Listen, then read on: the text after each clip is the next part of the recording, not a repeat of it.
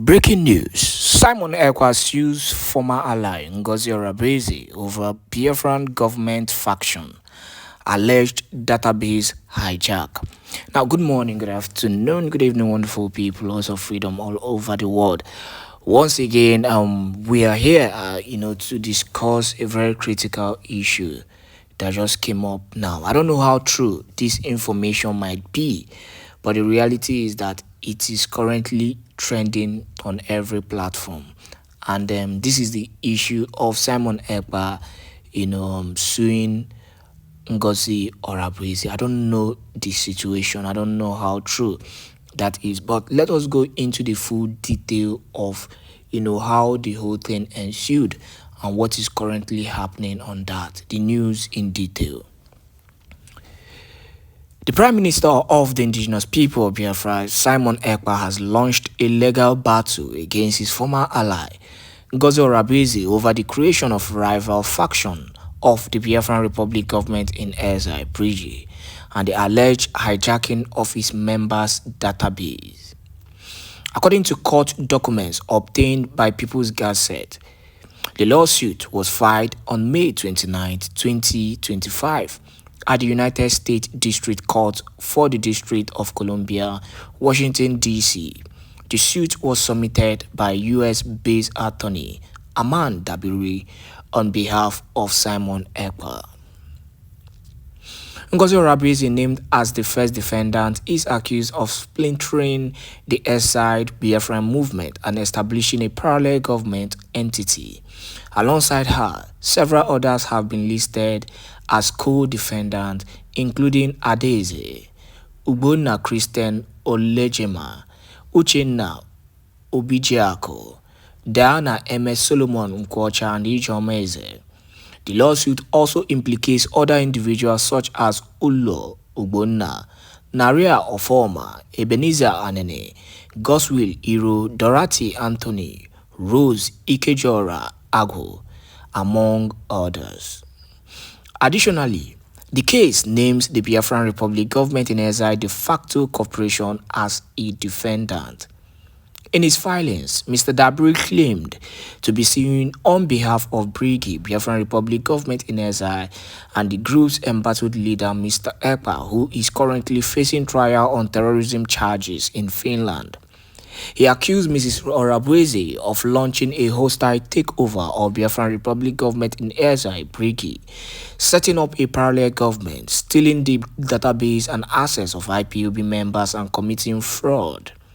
Court documents showed that the matter began in December 2024 when Mrs. Orabueze began the alleged takeover of Brigi after she declared herself as the group's acting deputy prime minister and head of state before summarily moving the organization's properties, including declaration documents and database of the members, from Finland to the United States, where she is based. We continue with the news. Mr. Dabiri noted that the defendant's power grab continued when she unilaterally announced the mass firing of Brigade members and the cancellation of the organization's active contracts with various entities, including those of the law offices of Aman Dabiri and Associates, the firm serving as the legal representative for the group in the United States. Subsequently, Ms. Orabueze left Brigi to create a parallel organization to compete against the former faction, registering the United States of Biafra and Biafran Republic government in exile de facto corp as an organization in the state of Georgia on January 5, 2025, the court filing stated.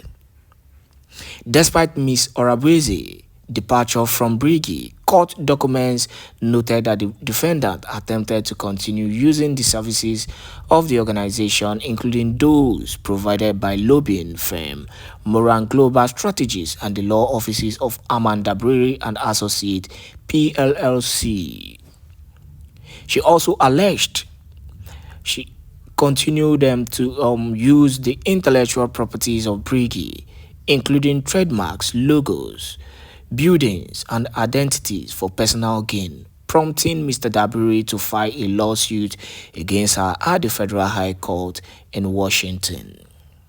Meanwhile, the plaintiff claimed that Mrs. Orabueze's action cost Briggy an estimated $500,000 in financial and property losses, asking the court to award $1.7 million in damages against the defendant and an additional amount for prejudgment interest on the commercial losses suffered by the plaintiff.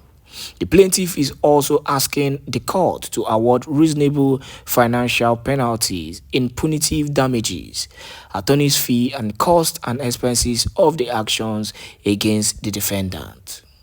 Mr. Simon Èkpá Njoku remains in pre-trial detention for public incitement to commit a crime with terrorist intent. Hearing into his case began in May and will continue this month, according to the Päijät-Häme District Court in Finland.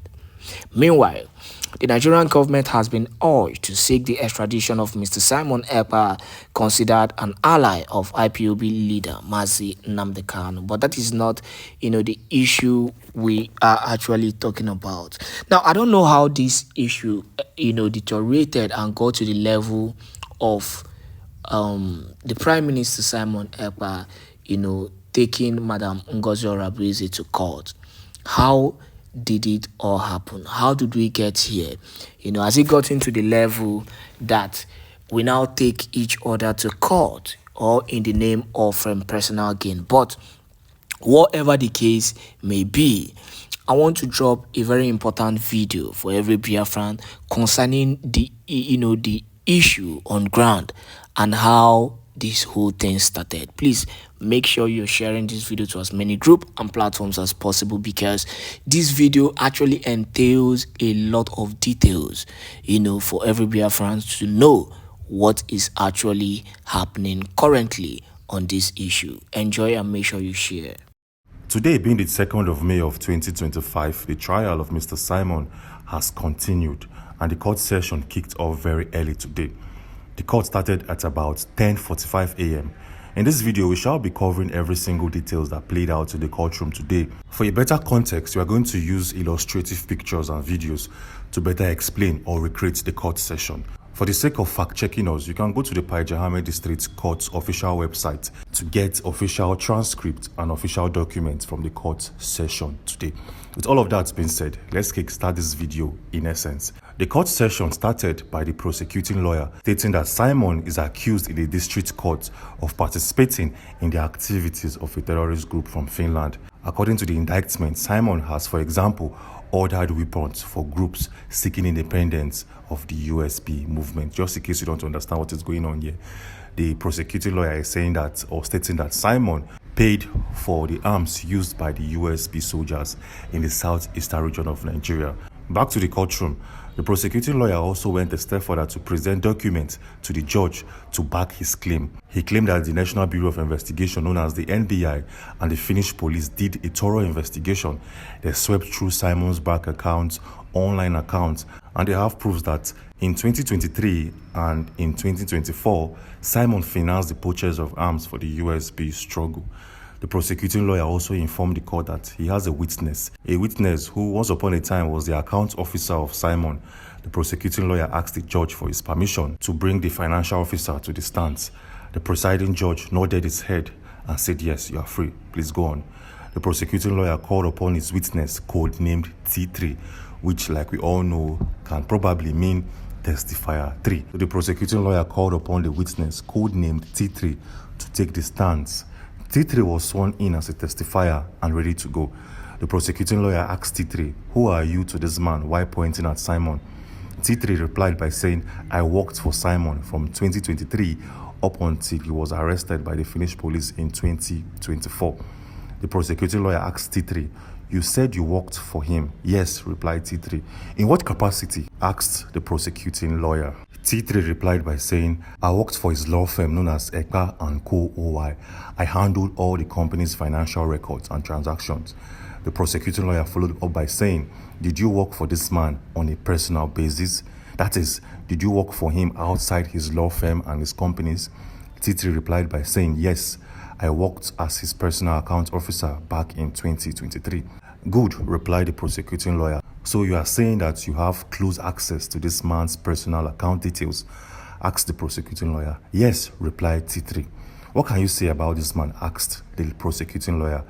T3 replied by saying, I know this man to be a finished politician and a lawyer, but online he leads or he is the prime minister of a certain group in Nigeria. The prosecuting lawyer asked T3, is that all you know about this man? T3 replied by saying, I have credible documents to show that this man has paid or financed the purchase of arms in Nigeria. The prosecuting lawyer told T3 to present his documents and evidence to the court of law. T3 presented a document written fundraising and crypto transactions of Simon. T3 also followed up by saying that back in 2023, the defendant, which is Simon, did a fundraising for this USB movement. After the fundraising was completed, the monies generated were all converted to bitcoins and sent to a particular wallet. Specialists over time tracked the bitcoin wallet and they noticed that the bitcoin was sent to a dark web dealer.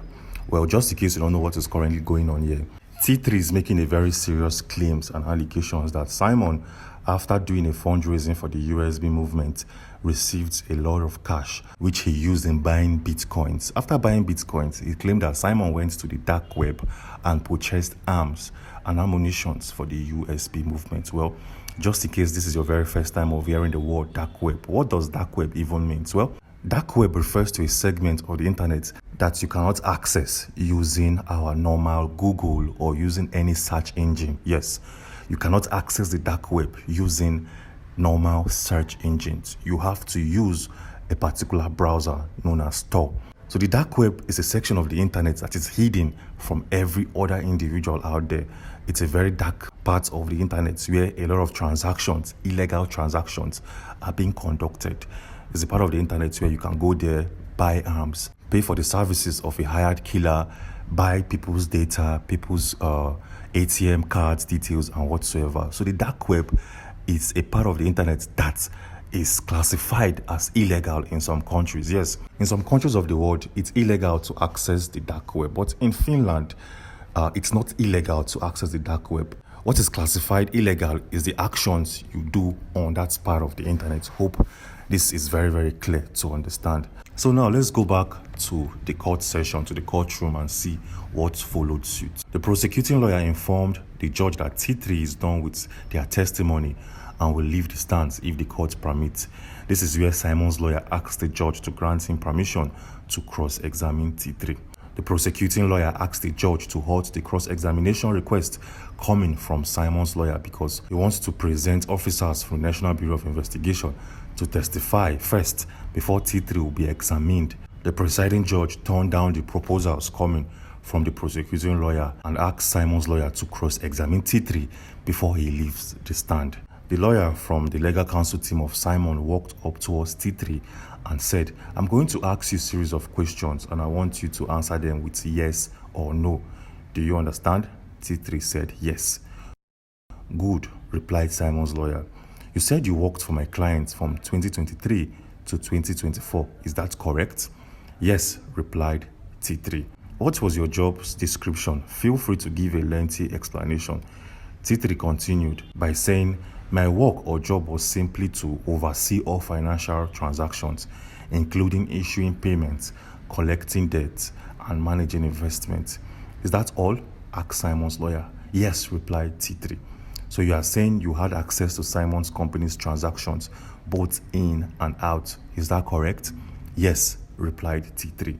Do you have access to his funds? I mean, can you make payments on his behalf? Yes, replied T3. Simon's lawyer continued by saying, so it's possible that you can carry out financial transactions for Simon and the company without the signature of Simon?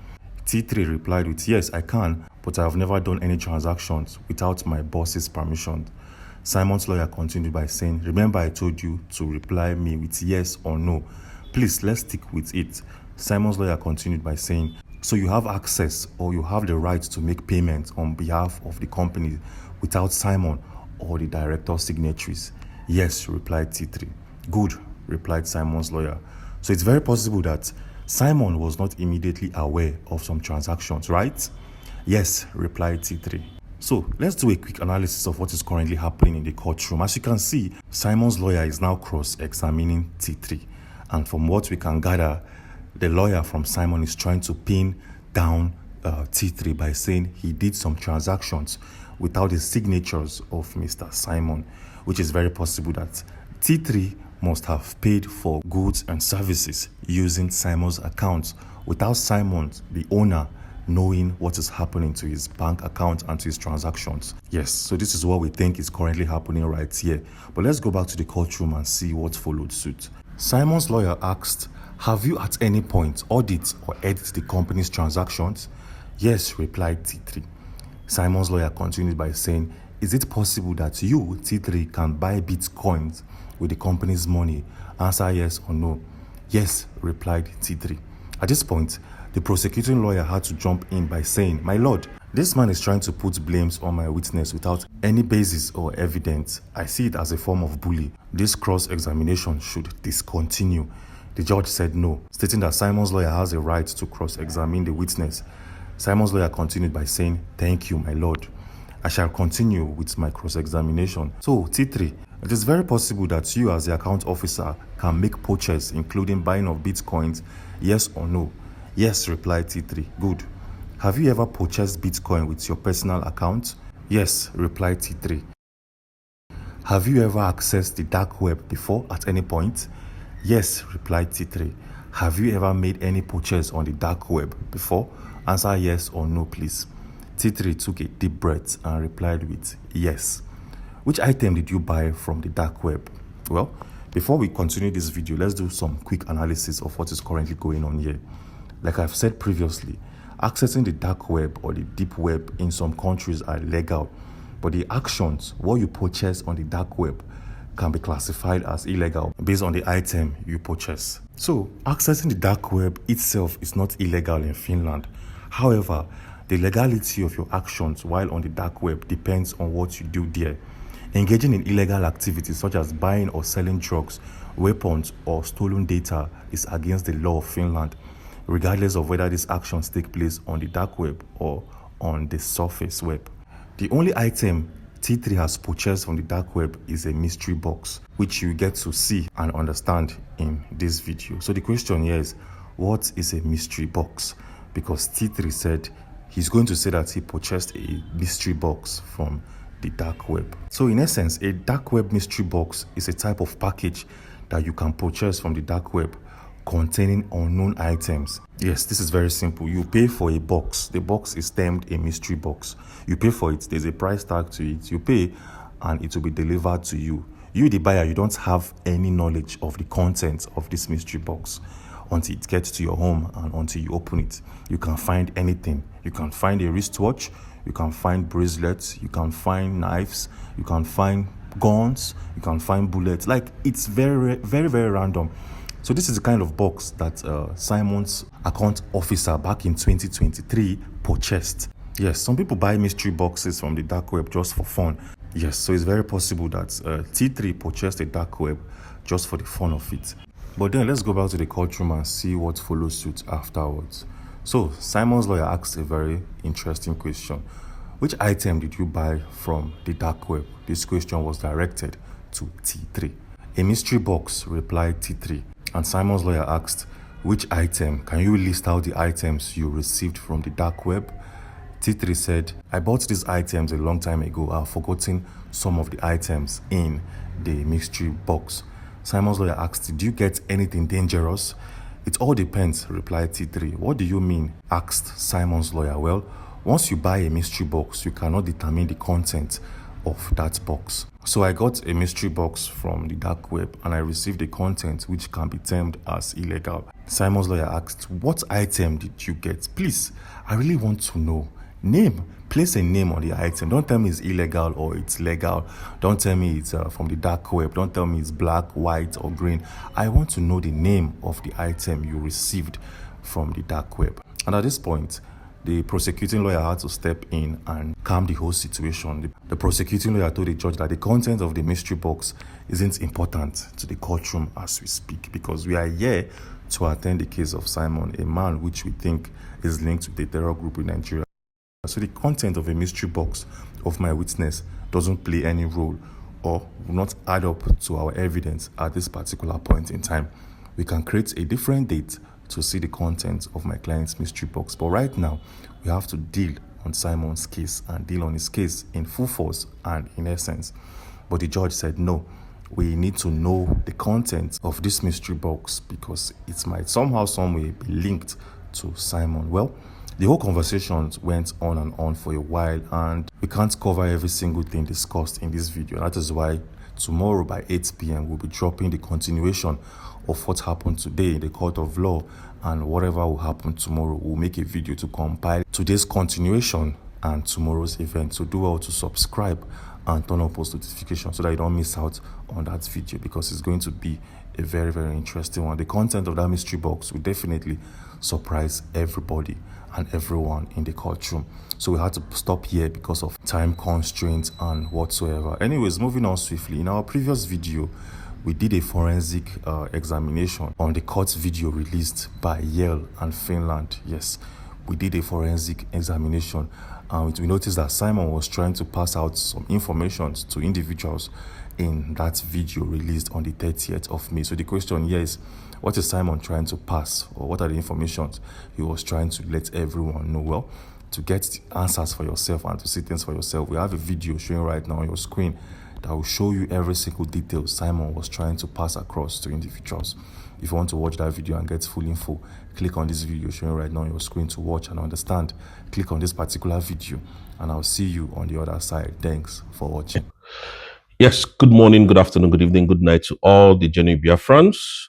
May God bless you all from wherever you are watching and hearing me from this very wonderful second day of June 2025. Now, before I start analyzing what I saw that was wrong, I want you all to know that we have only one government under the leadership of Mazi Nnamdi Kanu, Mazi Simon Èkpá, Dr. Mrs. Ngozi Orabueze, our deputy prime minister currently.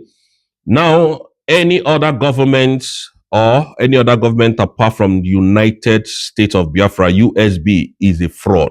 They are all criminals, believe you me. They are all thieves, criminals, and they are all deceivers. They are all liars. There is no two government. It is only one government under the leadership presently of Madam Ngozi Orabueze. So that is the government you should follow. Any other government, I don't know anything about them. That is the truth. Now, secondly, the prosecutor in Finland said our prime minister should be going in for 6 years. And I tell you, whatever Tinubu cannot do with money will never and does not exist. Whatever Tinubu, you see this man called Tinubu, whatever he cannot do with money will never exist. Now, I have never seen in a country where you brought allegation over somebody and then without going through the court proceedings to find out if this man is guilty or not, you are suggesting 6 years sentence. Is it not the same country, the same court that told us a person is presumed innocent until he's been proven guilty? Why, where, and how did they fetch 6 years without even going through the normal procedures of the law? This is my point. And I want Biafrans to know this. The lawyers, the people who has read law can actually counter this. That prosecutor has no right to jail anybody or to pronounce any jail sentence without the knowledge of the magistrate. And that is the simple truth. Because there are laws that are guiding these things. There are laws that are guiding this individual. And a terrorist case of that magnitude carries 14 years sentence. 14 to 21 years. The kind of case. So if you see somebody coming to tell you that our prime minister should be going in for 6 years without the case being tried, without the accused person without the accused person to come and defend himself, then there's something going on. There is something fishy. Now, it would be better for us to understand that Tinubu has rolled out billions of dollars, if not millions of dollars, to make sure that he intimidates Mazi Simon Èkpá. And I'm telling you people the truth. But this is the spoiler alert. The spoiler alert is that The prosecutor only has the power to present his argument. The prosecutor does not have power over the jurisdiction because the jurisdiction has their, template on how they handle a matter. So whatever payment that they have given to whatever, because I believe this prosecutor has to be investigated for coming to the court first time and saying, oh, Mazi Simon Ekpá must go to prison for 6 years without any investigation, without any argument on this same particular case, without even, deliberating on the case. Nigeria is fantastically corrupt. And now let's just do the mathematics or the mathematical calculation. Now, this court is going to last for like 3 or 4 months, or 2 months, or 1 month, whatever. Now, this year is actually gone. Now, Tinubu has just 2 years, 2026, 2027, to, run for another election. And definitely, Tinubu has a way of bribing his way in. He never won the first election. We all know this. So he has a way of bribing himself in. So he knows that he's going to be in power for 6 years. Now, he doesn't want anything to do with this court case of Biafran government. And I'm telling you the truth. He does not know how to face Simon Ekpá. They can't face Simon Ekpá, and I'm telling you guys the truth. They cannot face him. Forget the way he was looking, he was feeling. This guy felt so bad when he came out. Because all the people he was fighting for are the same people who were writing letters against him to finish authority. So what do you think this Finnish authority is going to do? They're going to come in and then crap on him and then start investigating. Now, Nigerian government is trying to look for a way to wash their hand off. You see, they are going to collect your money. They will collect Nigerians' money, but justice must be served. And I'm telling you people the truth. Justice must be served in this case. There is no how they are going to manipulate this case. Now, in any justice system in the world where this kind of high-profile case is being mentioned, it carries, if our prime minister is found guilty on the basis of terrorism, it is carrying life sentence or death penalty. Most especially in England, it is 14 years. After 14 years, then some of them carries 21 years sentence. Then they will now start looking for other options. 6 years is a red flag to us. 6 years, red flag, big one. But I know you guys understand that this case is dead on arrival. And I'm telling you, it's dead on arrival. And I'm going to explain why. Why is because in this country, self-determination is not a crime. Self-preservation is not a crime. Self-defense is not a crime. Now, asking for your country, which is a self-determination, is not a crime. So until this becomes a crime, that is when our prime minister can go to jail. Until the EU come and, readjust that law and say now, self-determination has become a crime. Self-preservation is now a crime. Self-defense is not a crime. That is when our prime minister can go to jail. Because what our prime minister was doing was defending Biafran land. And the Finnish authorities saw it, that immediately our prime minister was removed. These animals, these Musa boys, Musa orchestrated heavy heat. The unaliving in the southeast, all of you saw it. You saw the way they behaved. Immediately our prime minister was removed. And even up to today, that onslaught continues. So how can you do investigation overnight and now bring it and now say, oh, you give him 6 years? That man must be, and I'm telling you, investigated.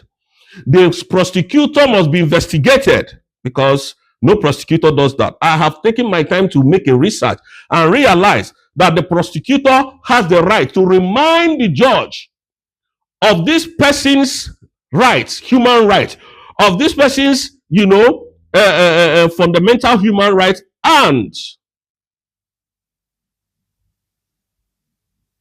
the capacity to think as a human. And leniency must be taken effect.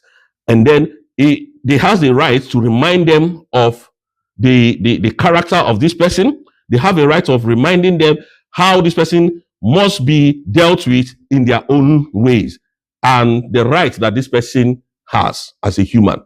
We know that Finland might have sold out, but as long as it's in the court, it becomes very difficult to, overpass or to overlook. These things are there, so they are not the things I'm making up. But I want to Ask the people who were shouting on television, who were making noise. Oh, because I saw channels, is it Channels Television, where Ojidika Ukpe, I was saying that our prime minister was called in for questioning. They took him to court and he said, no, he's not a Biafran agitator. That he's a content creator. That is why he's always dancing. You see, you people just mess yourself up. It means that today that it is true what Mazen Nnamdi Kanu has been saying, that media is the biggest propaganda in this world.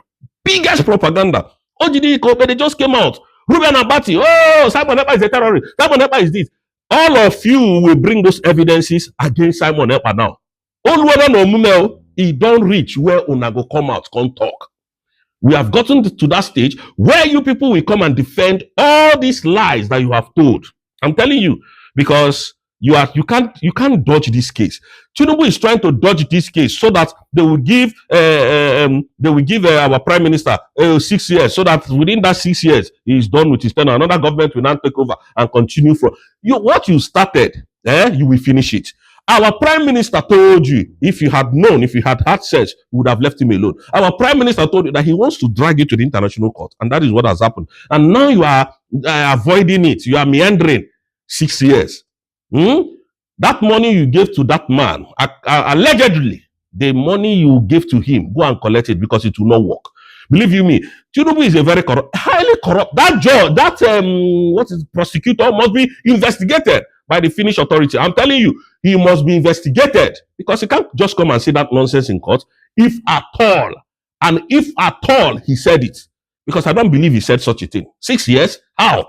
When the case has not started, when the preliminary hearing has just started. It just started. The hearing of the case just started and you're pushing for 6 years. For what?